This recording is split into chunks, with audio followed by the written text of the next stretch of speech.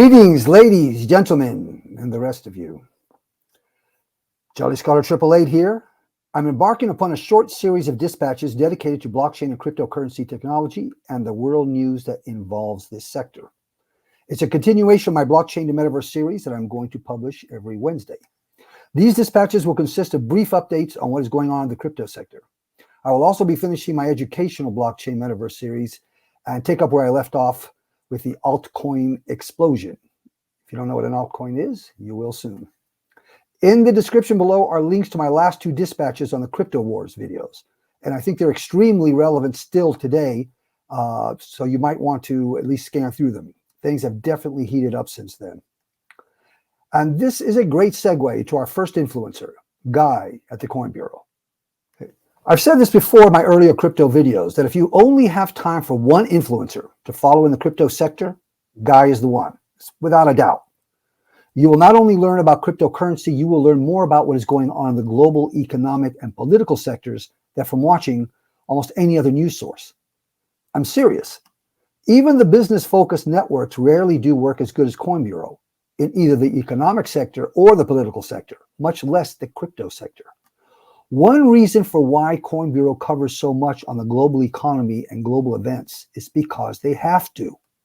This is a reflection on the importance of the cryptosphere in terms of its potential to completely disrupt the current global economic system. And with that, to disrupt the political system.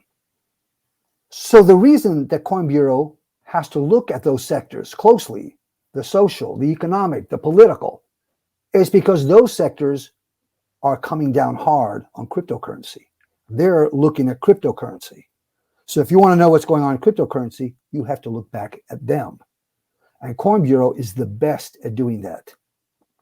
Not only does Guy and his team combine the most in-depth independent journalism you'll ever come across, I don't want to exaggerate, but it's close to it. They convey even the most complicated subject matter with an ease and clarity that would put most academics and so-called mainstream journalists to shame. And most importantly, Guy and the team make clear why what is going on in crypto is so important to us. For those of you who know very little about cryptocurrency and blockchain technology in general, I think you'll be very surprised at how powerfully these new technologies are already impacting your life, even if you don't know it yet. So let's look at some Coin Bureau footage to give you an idea of why I so highly recommend this channel.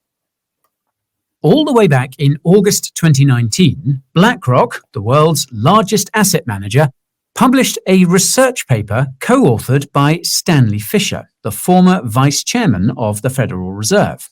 Now, believe it or not, but this research paper predicted much of the unprecedented fiscal and monetary policy we saw during the pandemic just a few months before it happened. Today, I'm going to unpack this peculiar paper, explain what it says in simple terms, and tell you what predictions it makes about what comes next for the global economy. Now, I didn't tell you, of course, you probably know it, but he's from England. And of course, I have mentioned this before, but if you don't know what BlackRock is, you seriously need to. BlackRock is the largest asset manager, that is money handlers. That's what they are. They're the largest money handlers on the planet. And they're the ones pushing the ESG, which I've talked about at length, and I'll be talking about from now on. In fact, the whole world is talking about it. That's environment, social, and governance. There are protocols, there are metrics for how businesses should be run, according to them, in an ethical, sustainable way. And it's a complete racket. It's how the money handlers get a hold to control any economic sector that they're not already in control of. In fact, let me write here real briefly, just a succinct. ESG stands for environmental, social, and governance, and it refers to the three key factors when measuring the sustainability and ethical impact of an investment in a business or company. Most socially responsible investors check companies out using ESG criteria to screen investments. Okay, what they really mean here, and they're not telling you that, is that if your score isn't high enough, BlackRock and a few others won't lend you money. So basically what they're doing is strangling. They're strangling any sector, any large economic groups that don't bow, that don't capitulate. They'll strangle them. They'll suffocate them. They'll cut off the money supply. I've said this already in a number of videos. You don't need to control the means of production. That was a hoax perpetuated upon the working class because they needed these large numbers of the largest sector of people were in fact the labor at the time. So yeah, they're promising them that they would own the means of production. Well, we saw what came of that. You don't need to own the means of production. That's stupid. You own the means of exchange. You own the money. And if you own the means of exchange, you own everything else. Now, the ESG racketeers are now pushing heavily into the energy sector because they want to control that. That's why you're seeing gas and oil getting squeezed the way they're getting squeezed. At any rate, BlackRock, this is another indication of what good journalism these people do. This is the paper written by BlackRock itself. This is what we call first sources. Right? This is not somebody talking about it. This is not some other entity who's commented on this paper. This is Coin Bureau having the paper in hand and commenting on it. So let's continue. The research paper I'll be summarizing today is titled, quote, Dealing with the Next Downturn, From Unconventional Monetary Policy to Unprecedented Policy Coordination. It was published by BlackRock's Investment Institute, and I'll leave a link to the full research paper in the description. Now, the paper begins with a short summary, but I'll preface it with a couple of key terms. Monetary policy is what central banks do and includes stuff like raising and lowering interest rates. Fiscal policy is what governments do and includes stuff like raising and lowering taxes and, yes, sending out stimmy checks. What the authors argue in this research paper is that the next economic downturn will require, quote, unprecedented monetary and fiscal policy that will need to be closely coordinated. Now, people, you may not be aware of what he just said. He's definitely one of us, what we call the resistance. We're determined, at least to the best of our abilities, to not augment the economic system in place today, the fiat system, but to replace it with a decentralized system owned by the population at large, the people. What he just said is fascism, right? It's the socialist government, the global socialism. I've already pointed this out so many times, you can't call it anything else. Global socialism and global capitalism coming right out and telling you that they are going to be closer and closer and closer wedded, closely wedded together. That's one of the key definitions of fascism, state-controlled capitalism, or you could say capitalist-controlled government. If it's a socialist government, then it's obviously socialist-controlled capitalism, but it really doesn't matter. And the next, as I've said before, is controlled religion and a fundamental ethnicity. And that's where the immigration racket comes into play. So at any rate, let's go on to another one now. Okay, so that's Panama. Let's leave America behind now and head on over to the other side of the world. Our next stop is Bangladesh, a country that until recently had one of the fastest growing economies in the world. It was even one that the World Economic Forum held up as a model for how countries could escape poverty. Talk about the kiss of death. However, no amount of economic development can be sustained in an environment with soaring energy costs. Due to the high price of fuel, the country had to limit its imports, lest it be hit with a balance of payments crisis similar to that seen in Sri Lanka. The Bangladeshi government took the dramatic step of increasing the price of fuel by almost 50% in less than a week. Okay, the reason I wanted to show this clip is to give you an idea of the scope that Coin Bureau takes. In other words, they're looking at the whole world. And what he's talking about here are the protests are getting really violent. And you probably haven't heard anything about this. People are getting killed in the streets. And for the most part, we don't know a thing. Okay, so let's look at some other clip. Recently, a draft of Europe's finalized crypto regulations was leaked to the press, and the amendments were interesting, to say the least. Although the final draft is not public, we were lucky enough to get our hands on the document thanks to a European crypto policy expert. Today, I'm going to explain what Europe's finalized crypto regulations say in simple terms, when they're expected to come into force, and why they could be extremely bullish for the crypto market. So again, this is another example of their first-rate journalism.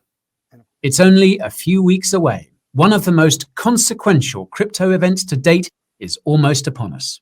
I am, of course, talking about the ETH merge, the long-awaited transition to a new consensus mechanism that could have massive implications for the Ethereum network. But there are also serious tail risks that you need to know about. So, in my video today, I'm going to give you an update on Ethereum, look at the bull and bear cases, and explain exactly what all this could mean for the price of ETH.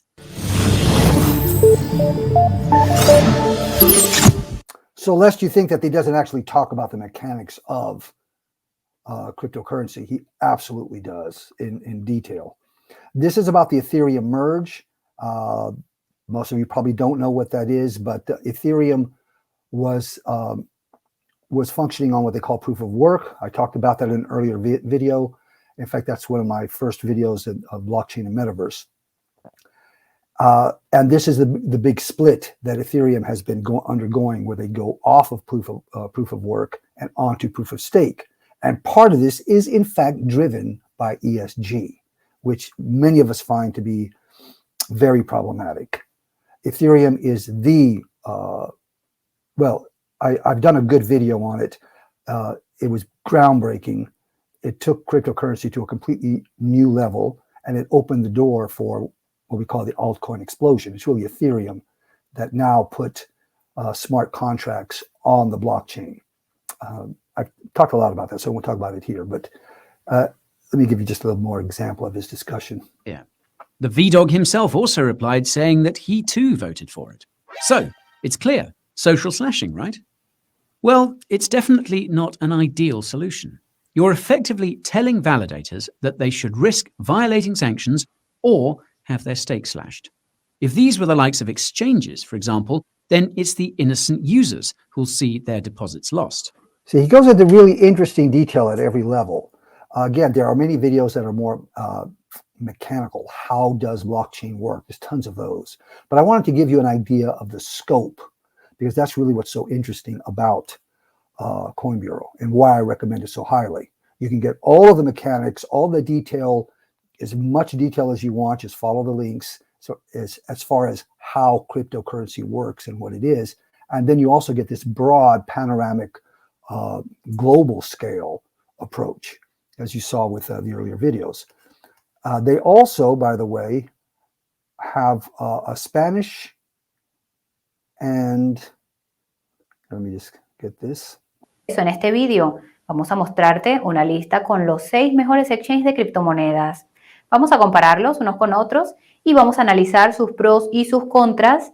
De esta manera podrás evaluarlos y encontrar el exchange ideal. As you can see, she's not quite as interesting as Guy, but she's pretty good. I believe here, let's see, what do they do? En una reciente audiencia, el presidente de la Comisión de Bolsa y Valores, o SEC, Gary Gensler, reiteró que el regulador pretende tomar medidas represivas contra... So they do this in Spanish, and I know they also have a Japanese one, which is very interesting. Okay. So I think you'll agree that I'm right about Coin Bureau. As I said, if you only have time to follow one crypto news and information source, this is the one. Now, as to investment, Coin Bureau is extremely knowledgeable, but they are also very conservative. So if you want a place to park your money with the best possible medium to long-term benefit, then you can subscribe to their newsletter and follow their investment portfolio. I will, however, be covering crypto influencers that are deeply involved in the more volatile areas of cryptocurrency, the altcoin, NFTs, gaming, and metaverse sectors. They're more risky, but potentially far more lucrative. Guy covers all of these sectors beautifully, but his investment strategies are, as I said, more conservative. However, I'm not covering any of the crypto and blockchain spheres for the purpose of encouraging anyone to make investments. I'm covering these new technologies because of the critical importance they are playing in the new emergent world order. And there is an emergent world order, people. You need to pay attention. I'm hoping to do my part to enlighten as many people as I can as to what is unfolding right before their eyes. That is also the purpose of all my discussions, including the recent Useless Eaters series on global socialist eugenics. These subjects are intimately related, and I hope to convey that fact to as many people as possible. And I want to mention again that Guy and Coin Bureau are definitely on the front lines of spreading decentralization and trying to replace the current economic order. So you get really good insight from them, because Guy will look at something and point out that this may look good, but this is actually terrible. So while I'm at it, I want to enjoy my life as much as possible, even if the worst comes to pass. So that's it for this Crypto Dispatch. Stay tuned for the next installment.